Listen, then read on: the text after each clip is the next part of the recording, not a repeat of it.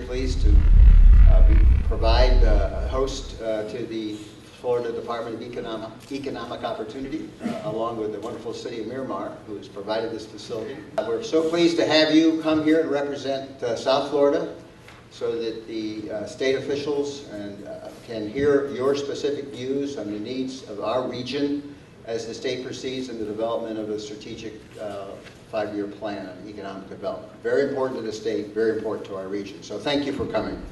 It is good to be down here in South Florida this morning for lots of reasons. One, that I like coming down here, but two, our legislators are still in session, and I'm glad to be out of Tallahassee. But things are going well. The economic development things that we've asked for from a legislative standpoint, we're in good shape from a budget. We asked for seed fund and flexibility. We were able to get that. And so I'm very pleased with the progress we're making in the state in economic development. But one of the things that's really happened in the last year that I'm very proud of is the reason why you're here today. For so long, we've had a disjointed effort of economic development in this state that we didn't work together. We had different departments that were doing things statewide and not talking. Is it perfect today? No. But we are making great progress because we're here today as the Department of Economic Opportunity with our hat on as a statewide economic development organization, the conduit, so to speak, that's working with Enterprise Florida, with Space Florida, with Visit Florida, Sports Foundation, all of us working together and talking to other state agencies about building a 5-year plan for this state. I'm excited about that. Thank you. Good morning. Good morning. We're going to get to the good part. We're going to get to Miramar. This presentation gives you a highlight of what can be achieved when communities get together and they work together with their business partners, they work together with their community stakeholders, their staff works together, and their elected officials work together, and you think outside the box and you create a phenomenal city like the City of Miramar. I laughed. I was watching this and all I could do was smile. It's so important to make sure that we take into account the quality of life issues. We have recreational facilities, sports facilities, we have parks, we have pools, while at the same time we understand the importance of public safety. The reason why your businesses try to locate to a community is because of what we are showing on this video, that you have a well-rounded community, and that's why you pick the community you locate in. We have the parks, we have the recreation, we have well-landscaped medians, we have housing stock, so it all needs to go together, and I think it's really important in this plan that that happens, because that's why you choose to go to municipalities. And municipalities uniquely understand what the needs are in their community. Miramar works very hard to be a green community. We have small businesses, we have many Fortune 500 companies and Fortune 100 companies located in the City of Miramar, and we had a plan and we understood that we needed to make it a comprehensive plan in order to make that happen. In 1995, the population of Miramar was 40,000. The population today is approximately 122,000. But that happened by planning. Remember, if municipalities don't have the budget to need to do what they need to do, then economic development is not going to thrive. So why we want to help our business partners, please remember that if you don't help the community in which you've chosen to locate, we're not going to make it work together. Thank you so much for being here. This is very exciting. We in Monroe County and on the South Florida Regional Planning Council are very interested in sustainable growth and a sustainable economic development. So I hope that we will look at what can happen long term as we endeavor to give a kick in the pants to the state's economy. Obviously, to me, I think that we live in the most multicultural, most diverse, and most vibrant part of the state. And I think it probably is the part of the state that is emblematic to people outside of the United States for what Florida really means. So I think we have a unique challenge to make sure that as we move forward, we do so in a conscious and sustainable way. I'm not going to take too much time, but I just want to thank everybody for being here today, and let's get to work. Thank you. We want to hear about what are the particular nuances from your region geographically that are important for Tallahassee to know before we put this plan on paper. We recognize that there are many voices in Florida. There are many Floridas within Florida. We want to unite them all around a common vision, common goals.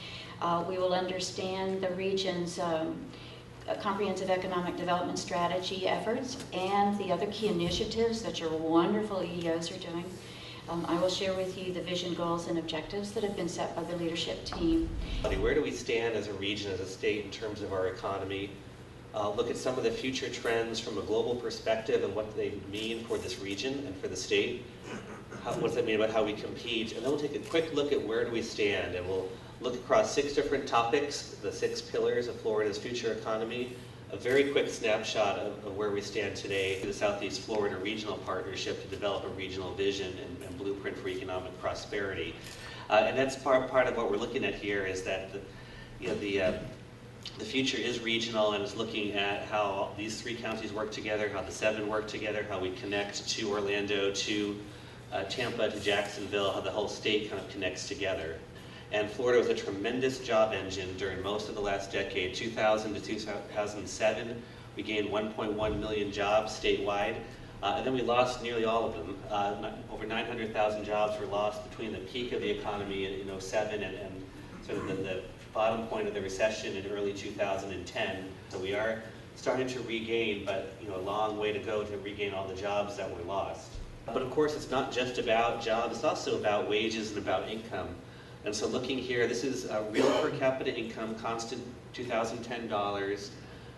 This region traditionally has been just below the U.S. average in terms of per capita income levels. Now, one good sign, we are starting to see a return of population growth. And what was very unusual during this last recession was that Florida lost population to other states for the first time since just after World War II. We're seeing people move into Florida again, both retirees and hopefully some workers as well.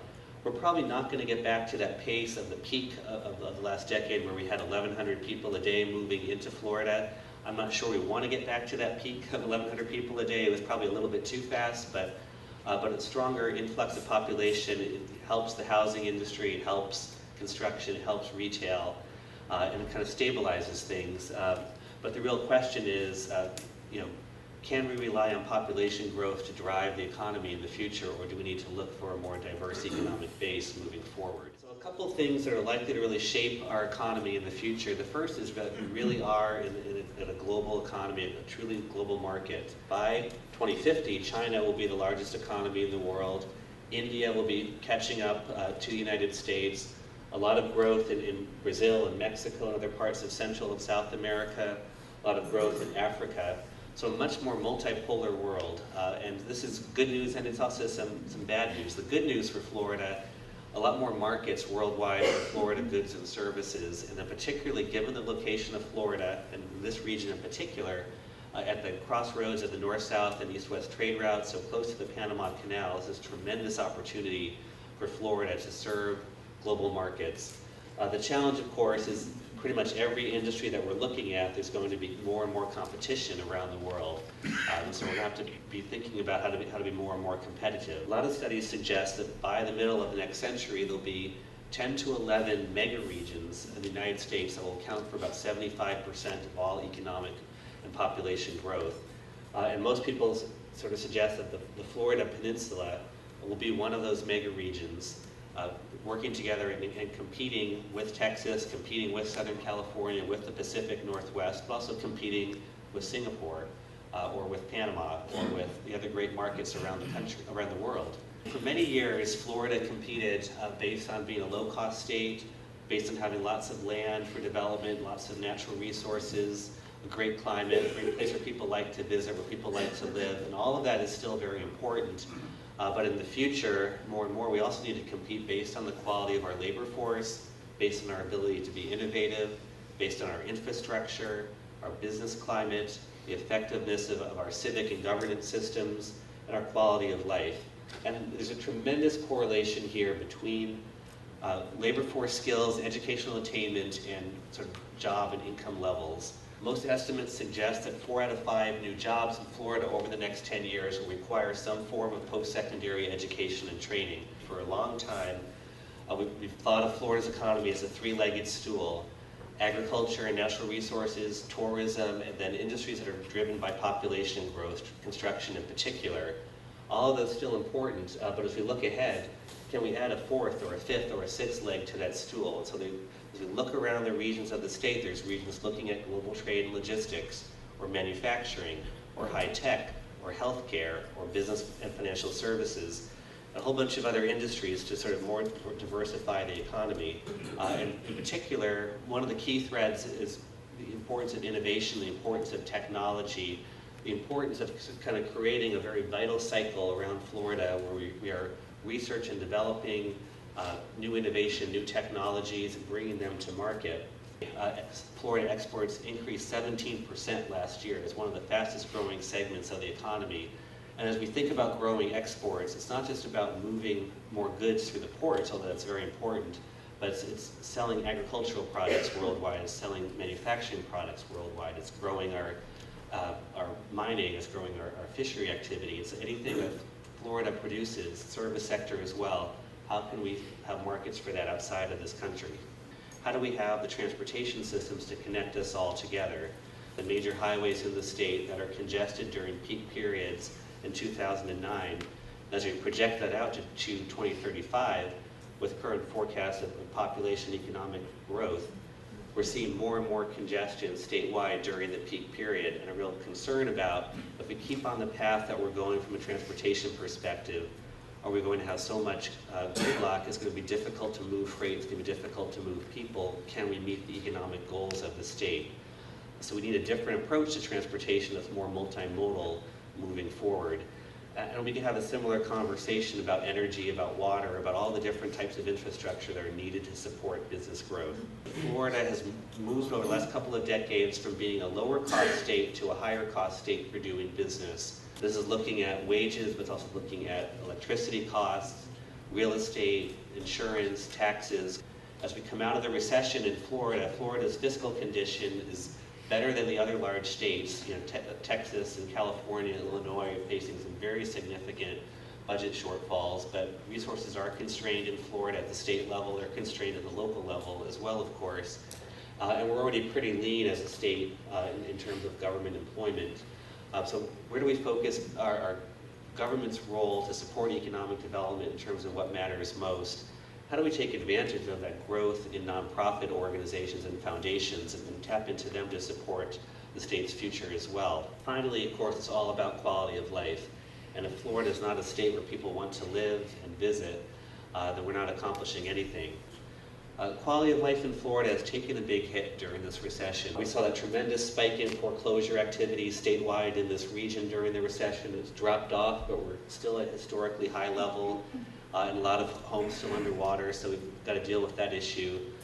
And then the poverty rate has spiked dramatically statewide in this region. But the quality of life is so great, and there are so many places in Florida and in this region that are truly special. And as we preserve those and continue to keep Florida a place that people want to visit, want to raise a family, want to retire, that'll really drive our growth and our competitiveness in the future.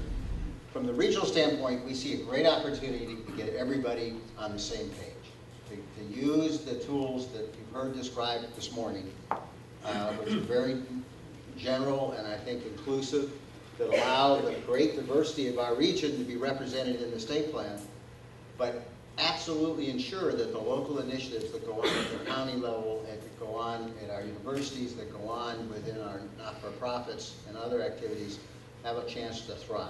To you right now. We try to do collaboratives with our cities and counties along transportation corridors so we can bring together the land use planning, the quality of life issues that the mayor talked about, together with our transportation planners, especially at that key time when they're planning regional improvements, as they have been and are doing along this corridor, which really starts in Palm Beach. The focus for the last several years has been in Broward, but the corridor initiative is now extending south into Miami-Dade. We have a Clean City Coalition that's been in existence for over 10 years, focused on alternative fuels as a way of expanding our economy. We have a brand new initiative with Florida Power and Light. I know Mr. Pitts is here, and we welcome that partnership because we think that alternative vehicles is one of the ways that we can both start diversify our economy and give our citizens choices on how they travel in and around our region. To do that, you have to have, just like you have service stations for our automobiles, we'll need recharge stations for our battery-powered cars. Please stay involved as much as you can, or hand it off to someone else in your company or organization. We really need your input on all the plans that we're doing at our level.